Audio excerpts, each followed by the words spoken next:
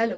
વહીવટી અધિકારી વર્ગ 2 એટલે કે એડમિનિસ્ટ્રેટિવ ઓફિસર ક્લાસ 2 ની ભરતી ચાલુ છે. 14 નવેમ્બર 2024 થી એના ફોર્મ ભરવાના શરૂ થઈ ગયા છે. 30 નવેમ્બર 2024 સુધી એના ફોર્મ ભરાશે. ક્વોલિફિકેશન શું રહેશે? તો કે તમે બેચલર ડિગ્રી કરેલી હોવી જોઈએ. ત્યાર પછી 3 વર્ષનો તમને એડમિનિસ્ટ્રેટિવ ઓફિસમાં એક્સપિરિયન્સ હોવો જોઈએ, ગવર્મેન્ટ ઓફિસમાં. બીજું તો કે તમે બેઝિક કોમ્પ્યુટર નોલેજ જાણતા હોવા જોઈએ અને ગુજરાતી અને હિન્દી બંને લેંગ્વેજ તમને આવડતી હોવી જોઈએ. હવે પગાર ધોરણ શું રહેશે? તો કે 44,900 થી શરૂ થશે અને 7મા પગાર પંચ મુજબ પગાર રહેશે.